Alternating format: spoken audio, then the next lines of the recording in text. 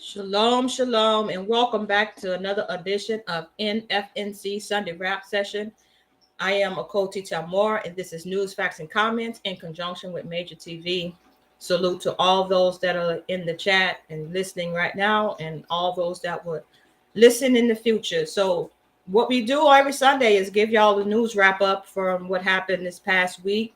A lot of stories come across my news desk, and I'm not able to get all of them in 1 hour. So bear with me. And in addition to that, if you guys want to see me cover particular topics, please get in touch with me via IG at Achoti Speaks. You can DM me on Facebook as well at the same Achoti Speaks, as well as you can send me an email. Email is newsfactc@gmail.com. So once again, thank y'all for tuning in. Give the video a thumbs up and share if you think that this broadcast is worthy, right? I will always appreciate your comments down below. Let me know how you're feeling, and shout out to anyone that might show up in the chat today. So we got a lot of news stories to cover. We're gonna cover, as you've seen the thumbnail, we're going to cover the Othal Wallace appeal. We're going to cover the U.S. election day results. We're going to cover the hero from the Alabama brawl. We're going to cover what's going on with him, as well as Black excellence. So, without any further ado, let's go ahead and get into the news. I'm going to start off with the U.S. election days.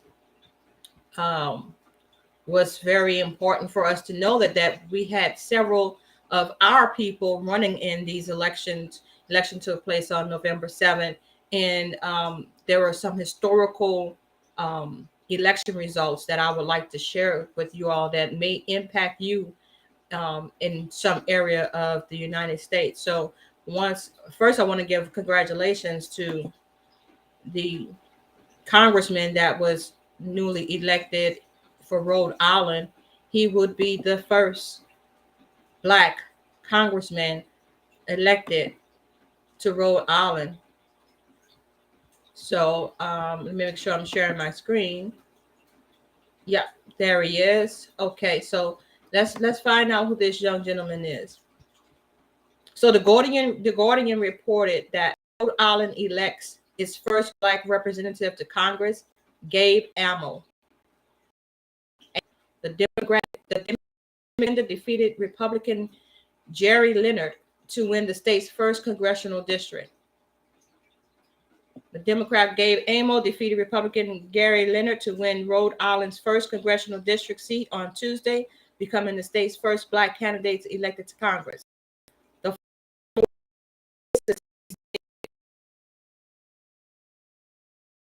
Who stepped down this summer to become president and CEO of Rhode Island Foundation. Amo, 35, grew up in Pawtucket as the son of Ghanaian and Liberian immigrants. He emerged victorious from a crowded Democratic field in the September primary, claiming more than 32% of the vote. Amo served in the Obama and Biden administration, most recently as a deputy director of the White House Office of Intergovernmental Affairs. He also served at one point in the administration of Raimondo in the Democratic. I have followed this gentleman. I pray that he will promote the better lifestyle of those African Americans that are living in Rhode Island. Amos said he would fight against what he described as extremist Republican attempts to slash funding for Social Security and Medicare. He also said he will work to legalize abortion rights nationwide again and fight for more legislation at the federal level to combat climate crisis. So again, what it looks like. This is the new congressman that was elected to Rhode Island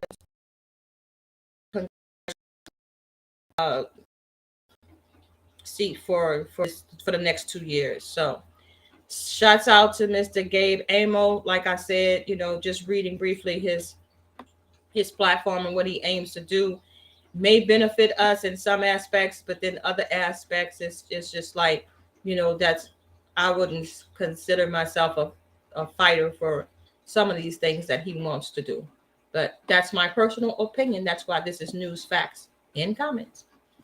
Okay, so moving on to other important stories regarding the election. So I'm not quite sure if you guys are familiar with Moms for Liberty, but they are a nonprofit organization that is pushing to get rid of what they call far left-wing ideas in when it comes to parenting, when it comes to parental rights in schools. And their main objective is to go after school board members who want to push the CRT agenda, as well as want to push gay rights education and sex education in our schools. So just recently, they were named extremists. These Moms for Liberty were named extremists. So let's go ahead and get into that article. Moms for Liberty among conservative groups named extremists by civil rights watchdog. Now, let's see which civil rights watchdog that is. More than 2 years into a conservative push against teaching about Black history, literature, and gender identity in public schools, the Southern Poverty Law Center has concluded that a dozen so-called parental rights groups behind the movement are extremists. The civil rights organization particularly focused on the largest of these.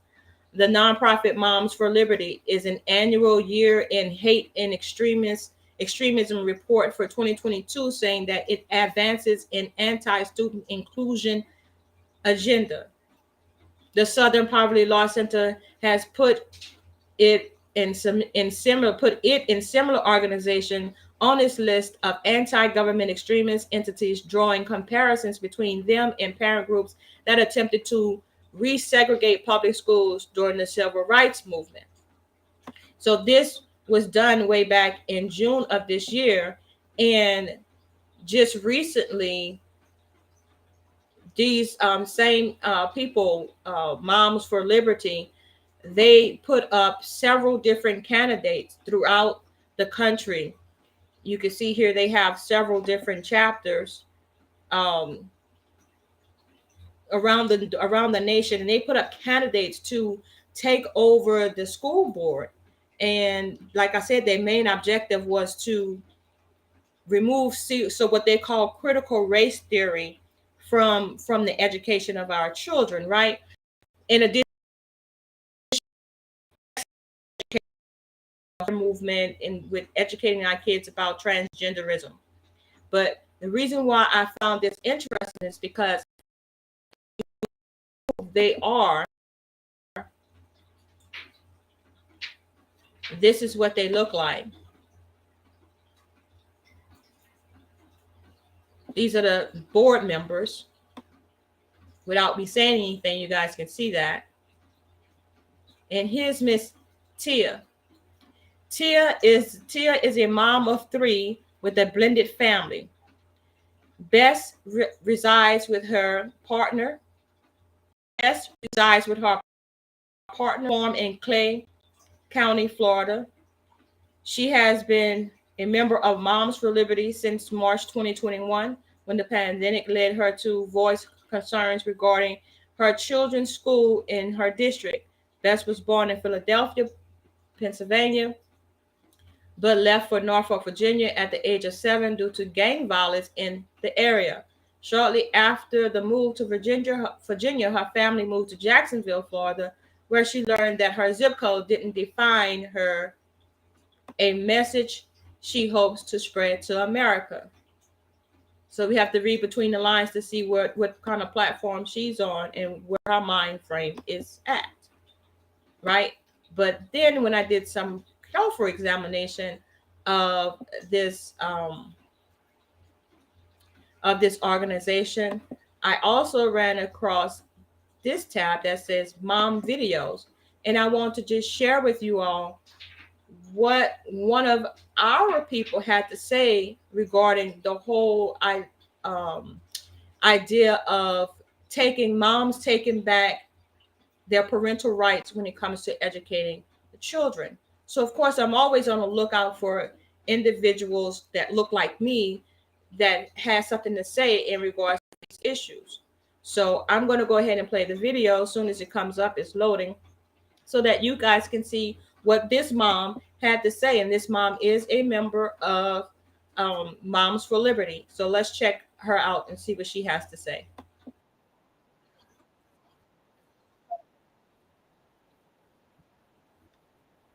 and one in private school thanks to school choice. I'm also a member of Moms for Liberty, representing thousands of parents. Just coming off of May 31st, marking the 100 years of the Tulsa riots, it is sad that we are even contemplating something like critical race theory, where children will be separated by their skin color and deemed permanently oppressors or oppressed in 2021. That is not teaching the truth, unless you believe that whites are better than blacks. I have personally heard teachers teaching CRT, and we have had an assembly shut down because Duval County Public School System consultants thought it would be a great idea to separate students by race. This is unacceptable. CRT is not racial sensitivity or simply teaching unfavorable American history or teaching Jim Crow history. CRT is deeper and more dangerous than that. CRT, in its outworking today, is a teaching that there is a hierarchy in society where white, male, heterosexual, able-bodied people are deemed the oppressor, and anyone else outside of that status is oppressed. That's why we see corporations like Coca-Cola asking their employees to be less white, which is ridiculous. I don't know about you, but telling my child or any child that they are in a permanent oppressed status in America because they are black is racist, and saying that white people are automatically above me, my children, or any child is racist as well. This is not something that we can stand for in our country. And don't take it from me, look at the writers of these types of publications. Our ancestors, white, black, and others, hung, bled, and died right alongside each other to push America towards that more perfect union. If this continues, we will look back and be responsible for the dismantling of the greatest country in the world by reverting to teaching hate and that race is a determining factor on where your destiny lies. Thank you. Thank you, ma'am. Well, the sister spoke her opinion. Not quite sure if I agree with all of her sentiments in regards to critical race theory, that's CRT. I think it depends on who is actually instructing the class or teaching the class on critical race theory. I think that will play a big role in how that is uh, presented to our children and how it comes across. Now, I know that many of you may have school age children, and it is imperative that you teach your children the history, your history, because it is systematically being removed from the school system. And that is what this whole group, Moms for Liberty, want to do. They want to have the ability to decide what is going to be taught in the schools. In part, I believe that they should have that right. So it's up to us to teach our children our history and the way that they taught the history. I don't necessarily agree that critical race theory is somehow saying that one race is better than the other. Like I said, it depends on who's teaching it, but it does limit um, it limits the amount of facts that can come out depending on who's teaching it. So we have to keep that in mind. We have to remember that, in this day and age, they do a lot of whitewashing. So, it's up to us to teach our kids. That's my main point, and that's what I have to say regarding parental rights in schools. I do not believe that schools should teach sex education on the level of transgenderism and forcing these kids to decide what gender they are and things of that nature. I think that should be done in the home with the parents, and we need to leave it at that. We need to get back to teaching the five basics of education: reading, math, arithmetic, science, geography. And I think that we should just leave it right there and let the parents do the sex education. So enough on that story. Let's get back to the news. So I wanted to share with you all this story that's very, very dear to my heart. Mr. Othal Wallace appeals his conviction for the killing of Daytona Police Department police officer Jason Rayner. So, many of you that are watching now and will watch later were supporters of Mr. Othal Wallace, and I want to say from the bottom of my heart, thank you.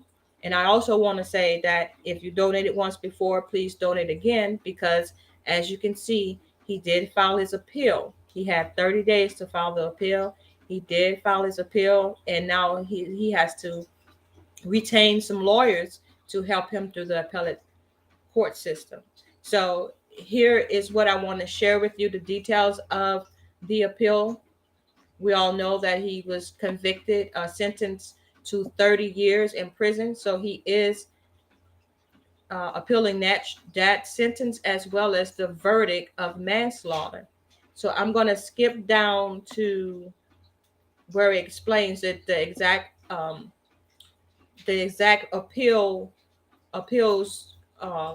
that were filed, the exact language. And I want to go ahead and give a shout out to Mr. Frank Fernandez of Daytona Beach News Journal for covering this story extensively. He's been there from day one, and I really like the way that he reports on our brother's story. So I'm going to skip down to here are the court rulings and issues the defense is challenging in its appeal. The judge's denial of a special jury instruction about legal issues concerning a person's detention, arrest, and consensual encounters with police.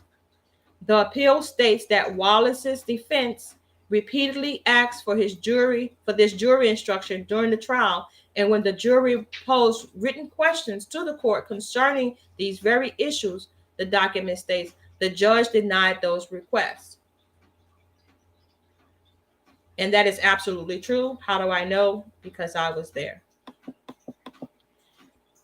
Point number 2, the judge allowing testimony from Daytona Beach police officer Amanda Dickens. She testified that Rayner told her that he was going to look for a reported stolen car. The defense argued that her statements were inadmissible hearsay. I would go further to say that she basically lied. She committed perjury. Okay, and then the third is the admission of body camera video from an officer who did not testify, as well as to the admission of evidence regarding an assault rifle and banana clip magazine found in the treehouse where Wallace was arrested in Georgia. The next one is the judge's denial of a defense request to introduce evidence as to Jason Rayner's character and reputation. For those of you who do not know, the reason why that is important is because Jason Rayner was suspended for excessive use of force against one of our sisters just prior to his encounter with Othal Wallace. He just come off of suspension by then and still is Chief of Police Jakari Young. And so the judge denied the defense request to introduce that evidence that he had a record of a tendency to be violent against citizens while he's on patrol. And because of that claim, and I salute the attorneys for bringing that up and forcing the courts to just take a look at that. Should Jason Rayner's character have been called to question in regards to his state of mind that night? So then we have the judge's denial of the defense objection to the prosecution introducing Wallace's Instagram post. In a post on June 7th, Wallace said he would one day be proud to get pig's blood on his hands and boots. In another Instagram post shortly after Wallace had shot Rainer in the head, he said, "Don't let these explicitives, pigs, F with you." On the stand, Wallace claimed he was not referring to police officers with the word pig, but rather people that did not treat him as human.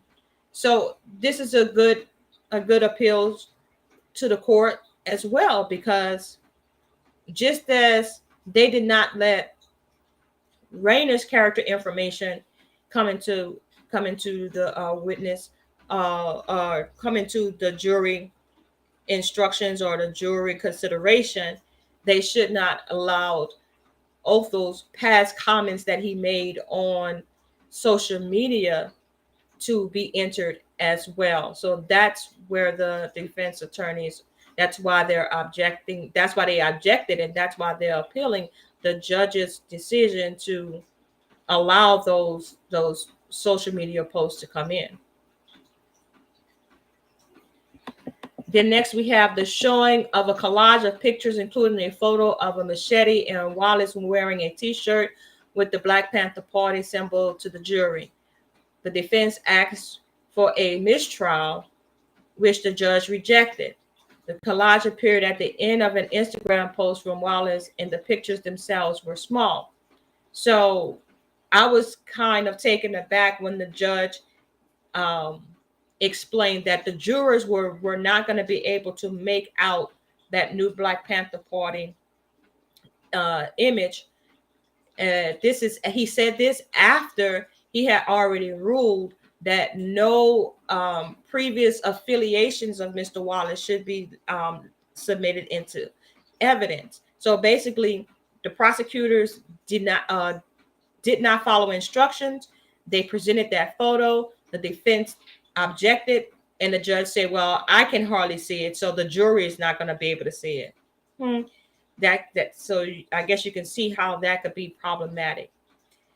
All right, so the next part of the appeal is testimony from prosecution police training expert Roy Better, who testified that Wallace could be detained by law enforcement and could not walk away even if he wasn't doing anything illegal. Defense attorney objected, arguing that was a misrepresentation of the law, and asked for curative instructions to the jury. The judge denied the request. So that goes to the first part of the appeal in regards to the jury instructions, because of this so-called expert witness testifying that you do not have the right to walk away if you're not suspected of a crime or in the commission of a crime. Rainer did not articulate that Mr. Wallace was being detained for under any kind of suspicion. He said he wanted to talk to him, and at that point, Mr. Wallace, has the right to just walk away. And so that is a very good measure of appeal, in my opinion. And I'm glad to see that his attorneys brought that out on appeal. The next is a denial of its request for a new trial based on all the numerous objections that were all overruled by the judge previously. The judge did not think that they deserved a new trial. It wasn't the standard had not been met to have a mistrial. And then we have the defense is also appealing the judge's denial of a downward departure, a lower sentence for Wallace. The defense sought a sentence below the state guideline minimum of 10.5 years.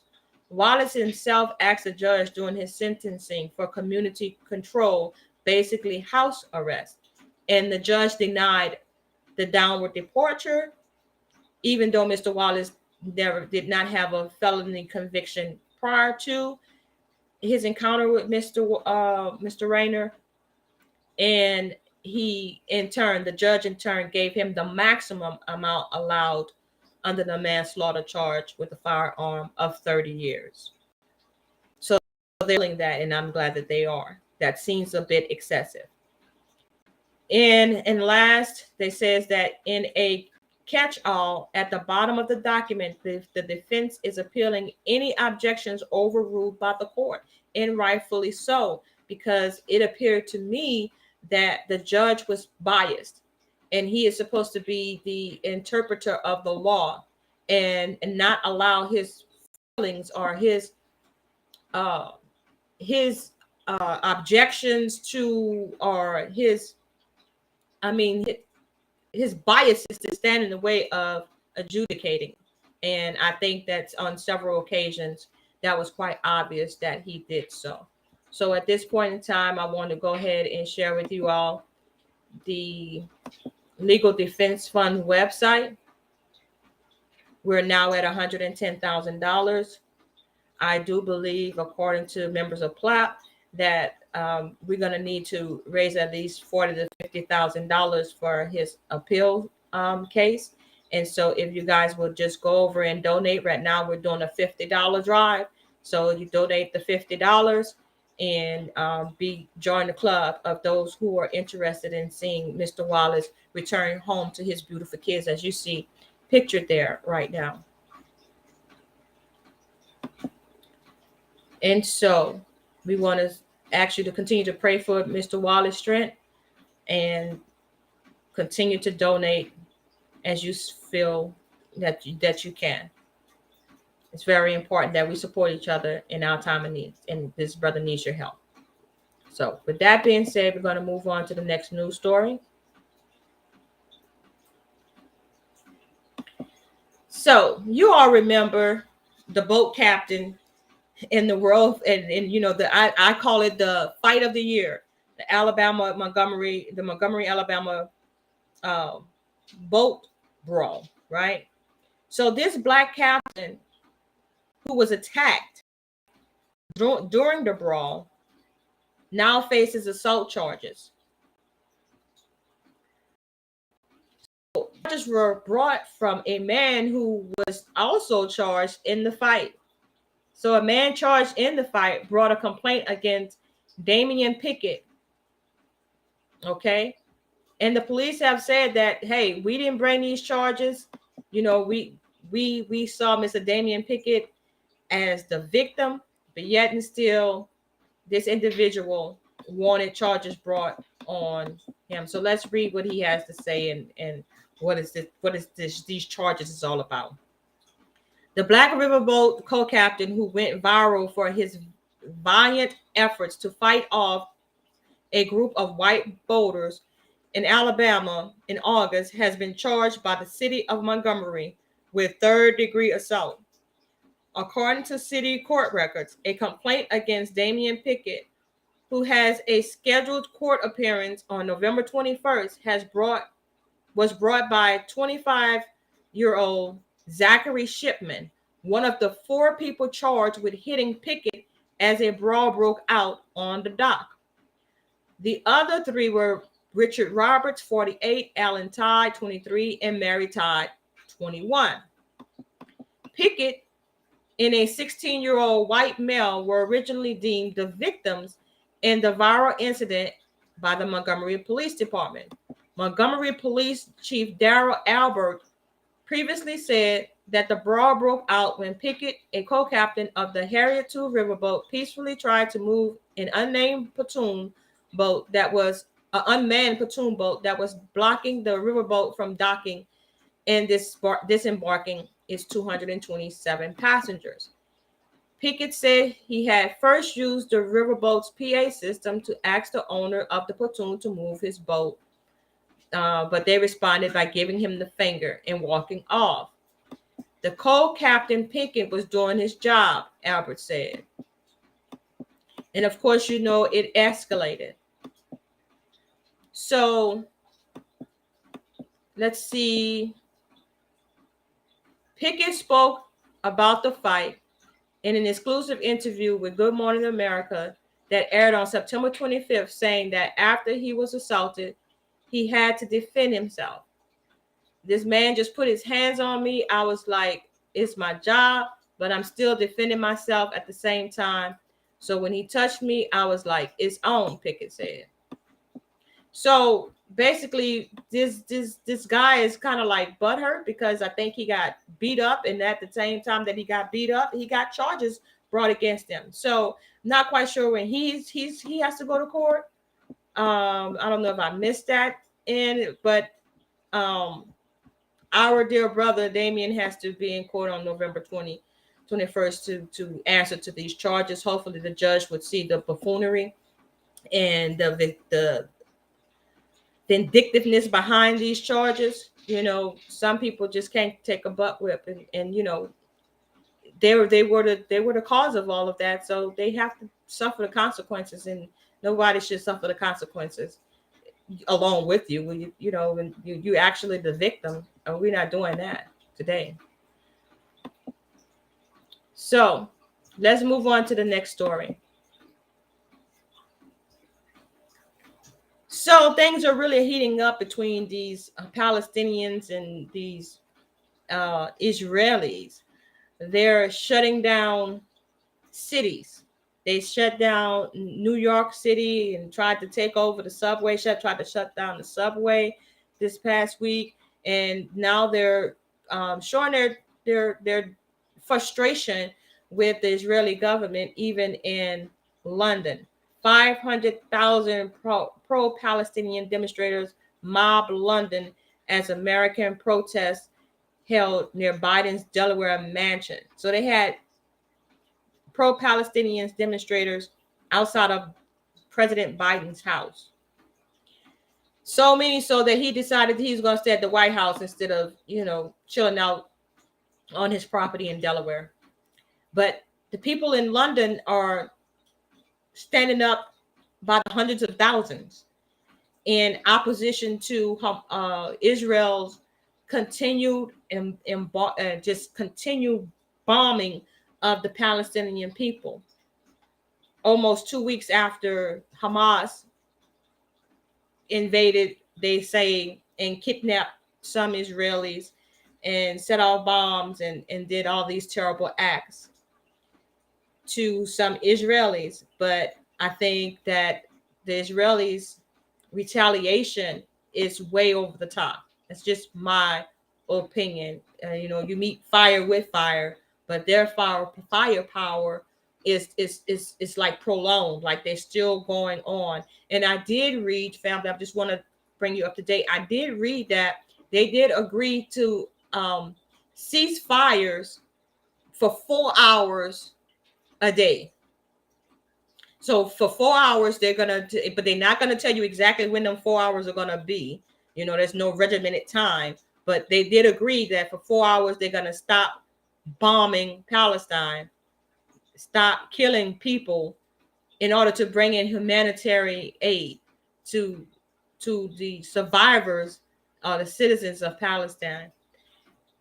This is really getting out of hand, and I do believe this is the beginning of a world war. Meanwhile, you have what you got going on down in the Congo. Many in our Black community are expressing the concern that we're paying so much attention to what's going on in Palestine and with the Palestinians that we're forgetting that there's a whole war in the Congo, and people are dying daily. Our brothers and sisters are dying daily in the Congo as well. They're accusing Rwanda of funding the military opposition down there in the Congo, and it's just really, really ugly. And if you guys can remember, Hotel Rwanda, that movie, it's almost the same scenario playing out again. I do believe that this is all planned by the powers that be, who wants to go in there and cause confusion, cause upheaval, so they can systematically steal the resources that the Congo is so has in abundance. And so while they're busy fighting each other, I bet you that the powers that be, the people that we spoke about on last evening, they're planning their way on how to get their hands on those minerals. As we speak, I guarantee you they're doing that. So we have to pray for our brothers and sisters that's over there in the Congo, as well as pray for the Palestinians. And what we want is peace. But you know how that goes. They said, they had a phrase a long time ago peace in the Middle East. Are we ever going to get there? But, I thought that when the chosen people were to go back to the land, that there were going to be peace. But I guess the book was wrong. Or are they the chosen people? I'm just saying. Just had to throw that in as a side note. But yeah, watch the Congo, watch what's going on, watch who's going to come out as a successor, and see how they try to pit the Rwandans against the brothers and sisters in Congo, because that's what they want them to do. They want to make it seem like they're fighting each other when actually it's probably all of this is probably fueled by mercenaries and CIA and other people who have no good intentions for the betterment of the people of Congo. They do these things to cause chaos so they can come and bring in a solution. So watch how Big Brother decide he's going to come in and sweep in and stop the whole thing. Or they're just going to watch the government of Congo crumble so that it can be chaotic, so that they can so that the people of Congo can be distracted with the war and not see what's happening with their minerals. So Palestinians protesting by the 500,000 around the world. We're seeing a lot of protesters. In the U.S., protesters crowded outside of Biden's Delaware home on Veterans Day. Social media video shows them chanting ceasefire now, and holding signs reading no more money for genocide and they were holding Palestinian flags. Fox News says that about 30,000 protesters in Barcelona filled the city center, with many holding large Palestinian flags and signs reading "Liberate Palestine and Stop Genocide." A group of about 100 from a crowd occupied a train station in the city Saturday evening after the rally, which ended up shutting down the station for several hours. Paris also saw its fifth consecutive weekend of protests calling for a ceasefire and free Palestine.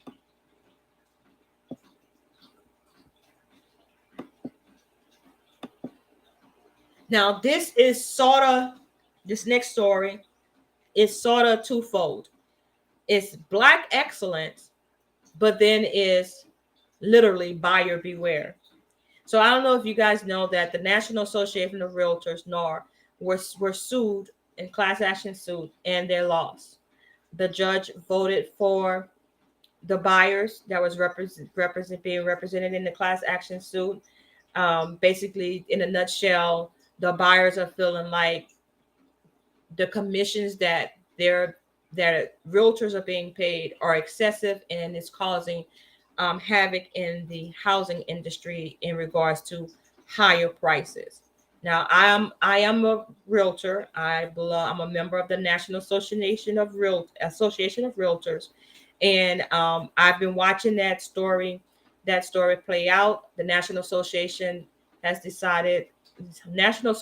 Realtors have decided to appeal the judge's ruling, and so I'm going to refrain from making any comments until the final appeal is all said and done. But what I can tell you all, as a professional, as a real estate professional first, and then a realtor second, I can tell you all that everything in real estate is negotiable, including the commission that the buyer pays to their agent, as well as the commission that the seller pays to their agent, as well as the seller deciding whether or not they want to pay the buyer's agent's commission. All of that is negotiated, and they have forms. We got a form for that. So just beware if you're out there considering buying a home, and I do advise you to use a realtor, because if you wouldn't commit, you wouldn't go into a courtroom without a lawyer. So why would you go and buy a house without a realtor? You wouldn't go and perform surgery on yourself. You hire a doctor to do that. So it all goes hand in hand. So yeah, realtors provide a very important aspect in the whole home buying purchasing arena.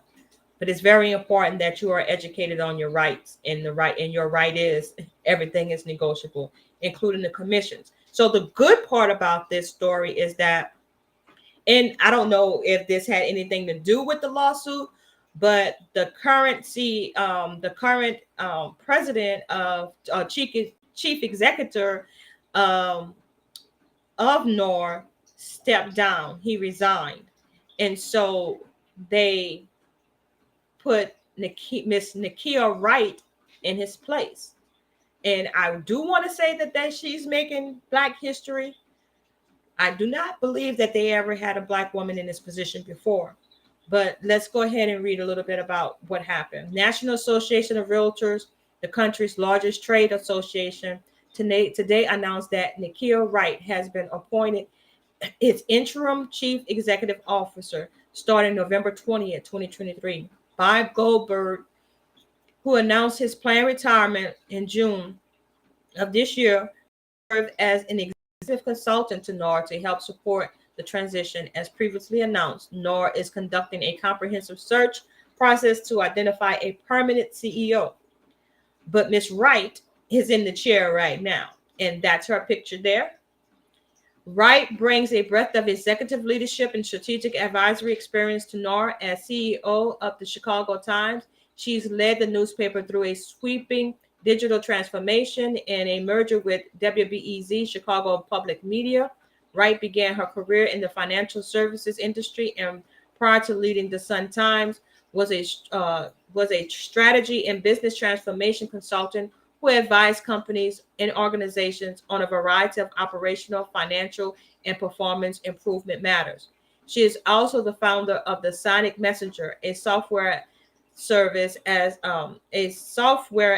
a service SaaS startup helping democratize audience engagement and measurement by leveraging smart audio. She sits on the board of American Cancer Society and the Better Government Association, among other entities, and is a member of the Dean's Advisory Council at her alma mater, the Tuck School of Business in Dartmouth. So it's kind of bittersweet for me because she's coming in at a time where NOR is facing some legal battles. But I hope that she can help everyone stay focused on the mission in helping buyers and sellers come to a meeting of the mind, thereby creating more generational wealth within families.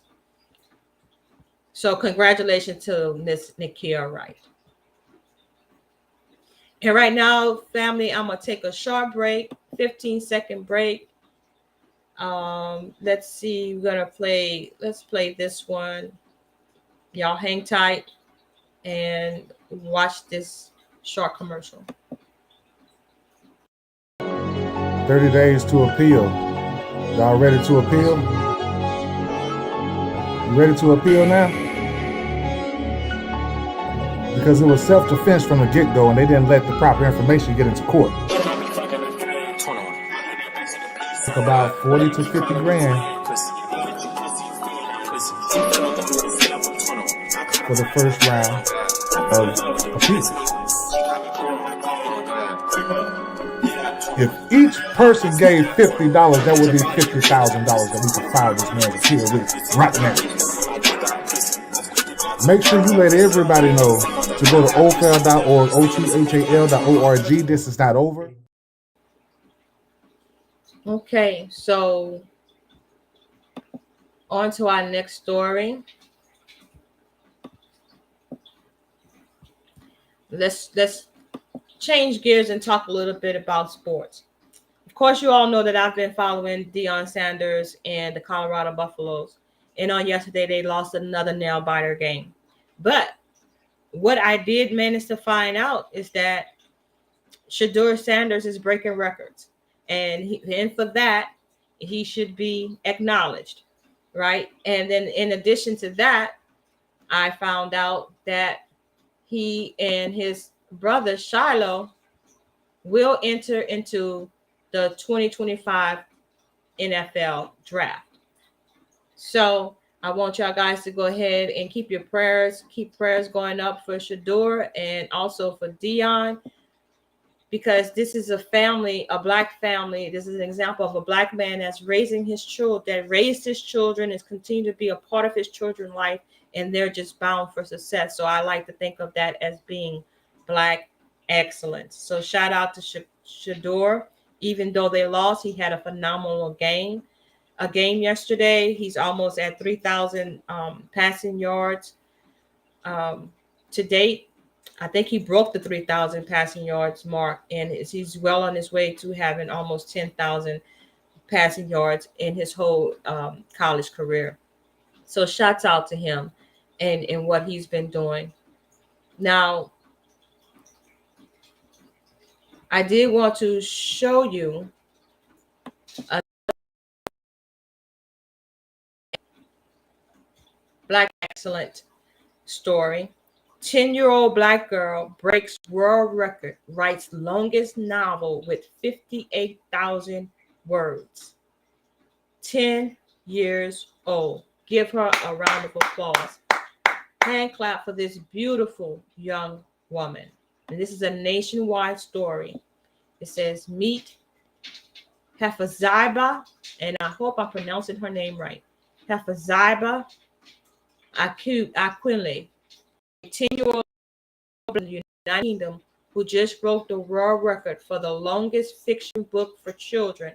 Her book Chronicles of the Timekeepers Whisked Away boasts a whopping 58,000 words. Shout out to this young lady and her parents for encouraging her. This is, to me, this makes my heart smile. I love stories like this. This is truly, truly Black excellence. In this middle grade fiction adventure novel, Hefaziba serves as the main character, diving into mysterious dreams that feel as real as her everyday life, according to Shine My Crown. Hefaziba is a student at Little Thetford C of E Primary School in East Cambridgeshire, England, suppressed the previous record holder, 11-year-old Minikaya Shy Guy, who wrote the award-winning Wizard of Sansadia with 44,000 words. However, Hefaziba isn't just breaking records. Her mother, Chika, believes that her achievement will light a creative spark in other children worldwide.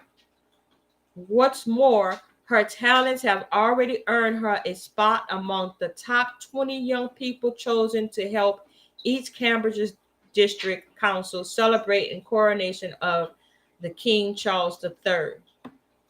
So I want to say shouts out to this young lady. I pray that the Most High continue to guide her in her efforts and keep her on the straight and narrow. And once again, shout out to her parents for raising such a beautiful young lady. Now, on yesterday, I spoke a lot about anti-Semitism.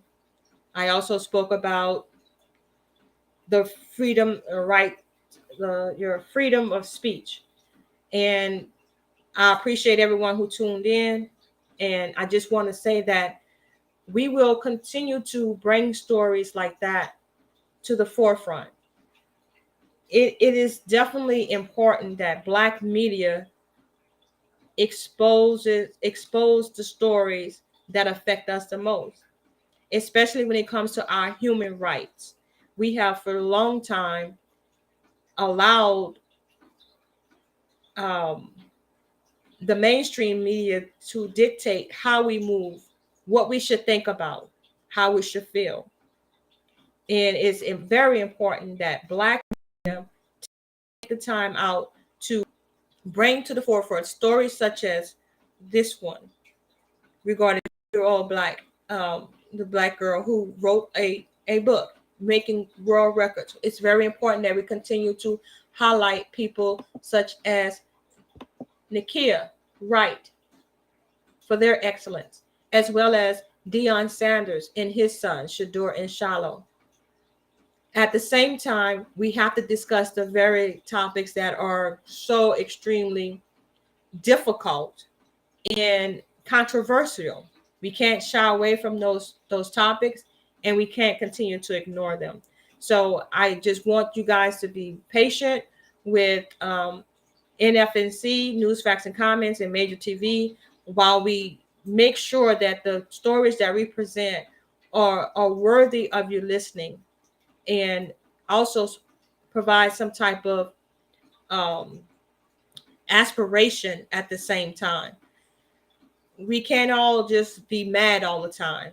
There's things that the Most High has blessed us with in our lives where we could put a smile on our face about. And those people need to be acknowledged when they're doing good and doing righteous. And that's what I intend to do. So again, I always say, if you all have any stories that you want me to cover, please DM me on Instagram, DM me on Facebook. You can also email me at newsfactc.net. Newsfactc@gmail.com. Don't forget that all of these stories that I spoke about today will be uploaded to Newsfacts in comments on the web at newsfactsnc.net. We update these stories regularly, and I would appreciate it if you go over, take a look at these stories, and become abreast of what's going on, and not just leave it to the mainstream media or just individuals that are not really concerned about the betterment of our people. That's what we're here for at News, Facts, and Comments. And so once again, I want to thank you for watching. I am Achoti Tamor, and as always and as usual, I love you all with the love of Yahuwah. Thanks for tuning in, and we'll see you next time. Shalom.